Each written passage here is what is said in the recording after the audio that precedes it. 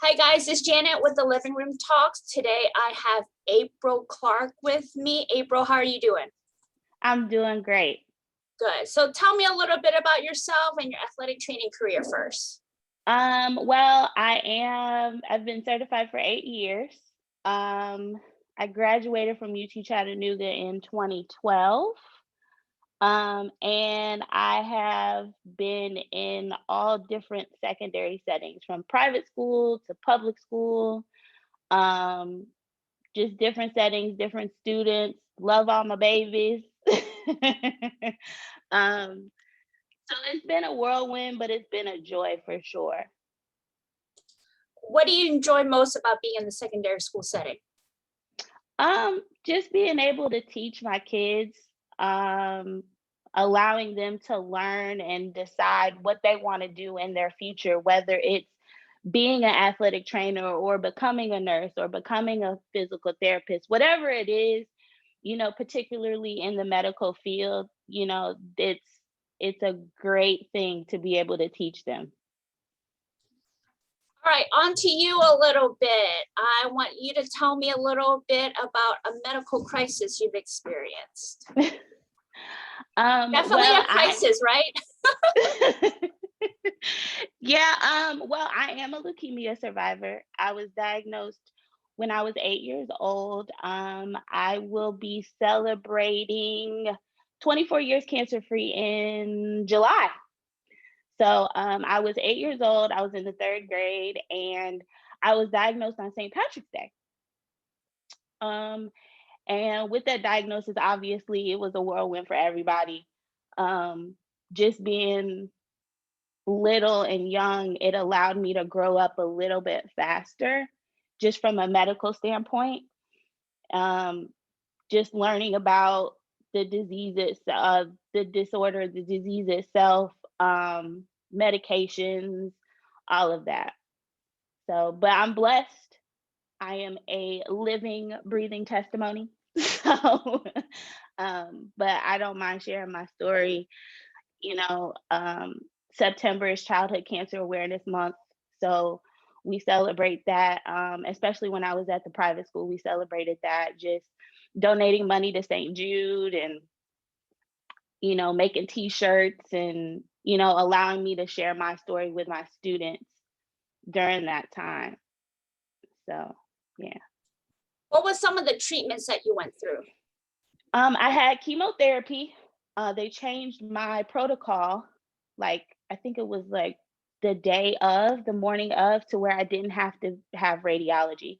So I was strictly chemotherapy. I had a portocatheter insertion. Um, and the doctors, they told my parents I would be going to the hospital, several times for maybe blood transfusions or whatever.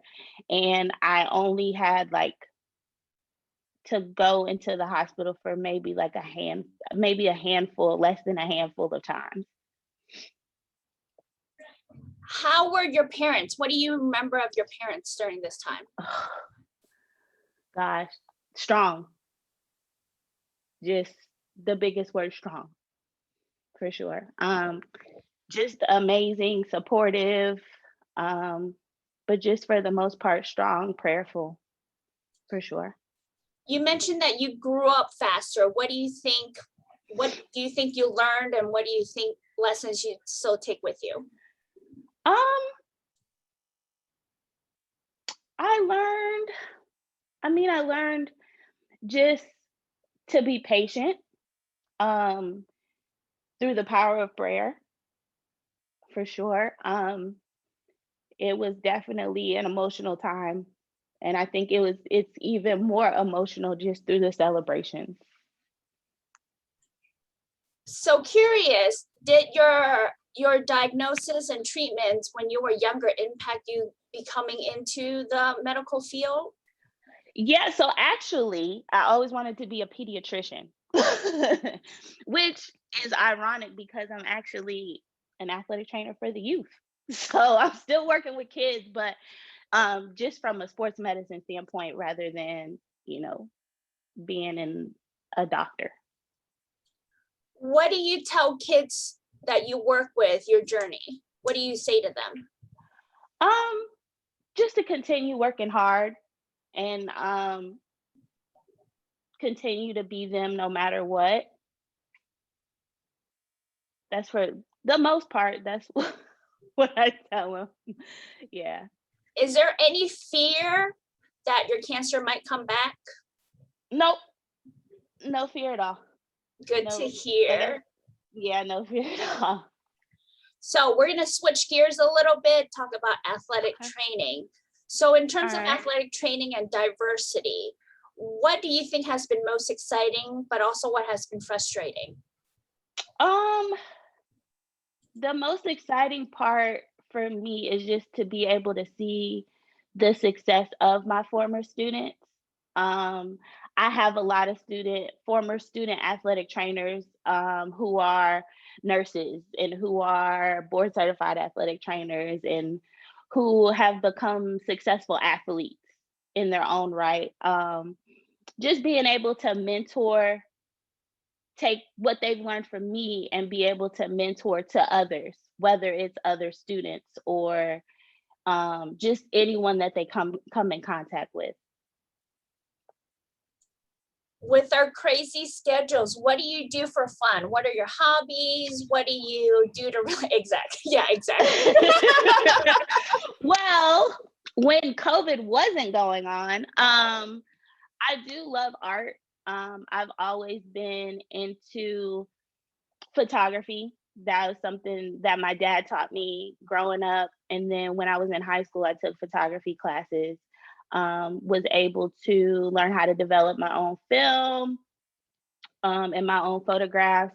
I still love photography. Gordon Parks and Leibowitz are my two favorite photographers, particularly Gordon Parks and just the history and the stories, behind his photographs.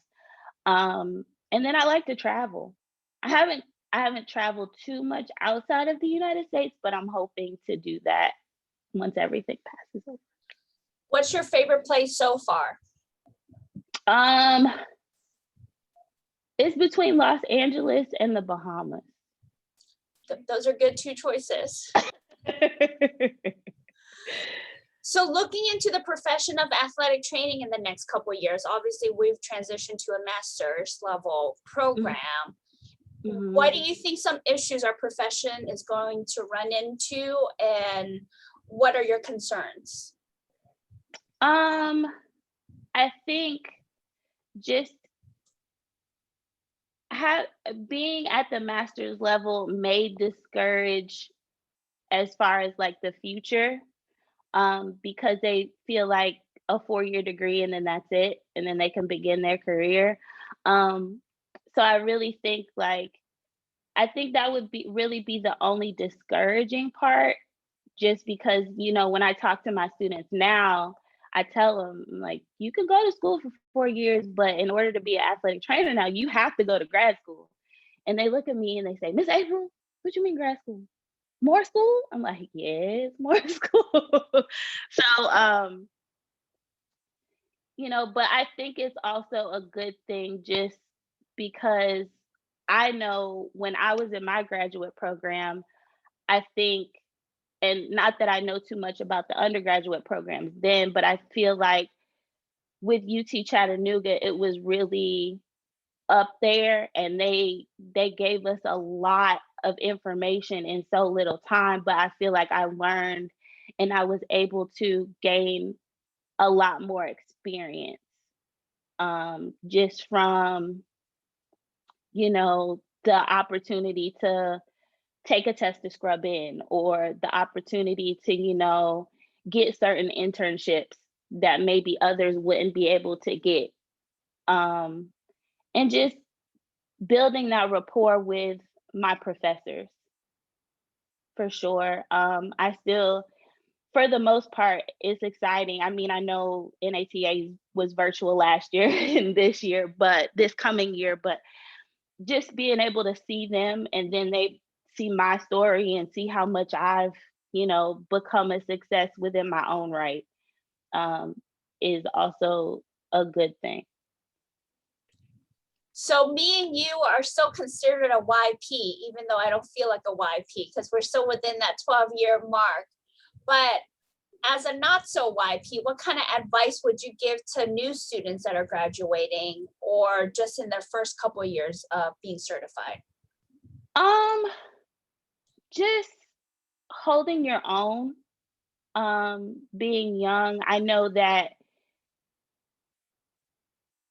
you have to hold your own, especially when you're dealing with those that may come from an old school way of teaching, or even from a coaching standpoint, if you're dealing with certain coaches, like you have to you have to hold your ground, you have to stand your ground and just be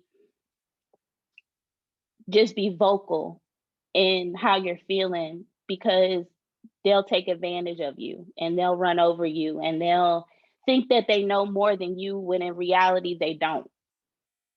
Um, so it's really about holding your own and standing your ground, when it comes to being in this profession, especially as a young professional. Being in this profession, having a mentor is super important. So tell me a little bit about a mentor you have and what you've learned from them. Oh, wow. Well, one of my biggest mentors is Dr. Michael Douglas.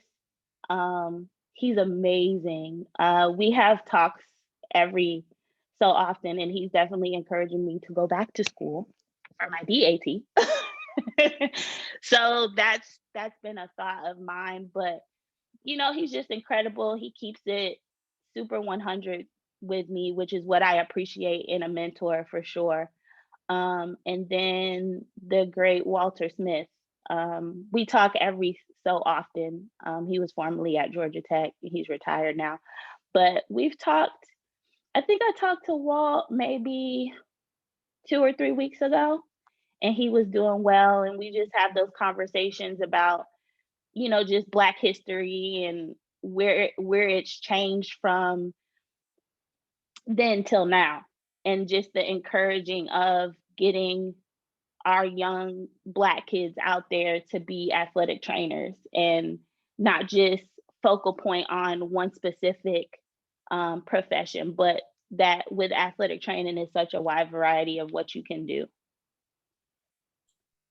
April, the next couple minutes is for you, your final statements.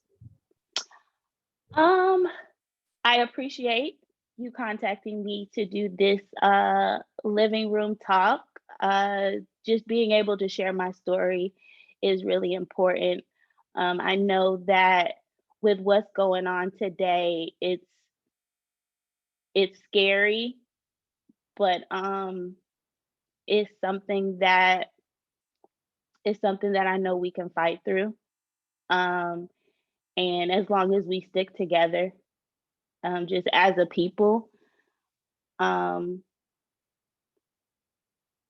so yeah, but I'm glad you were able to have me share my story and just let people know that prayer and perseverance can get you through a lot,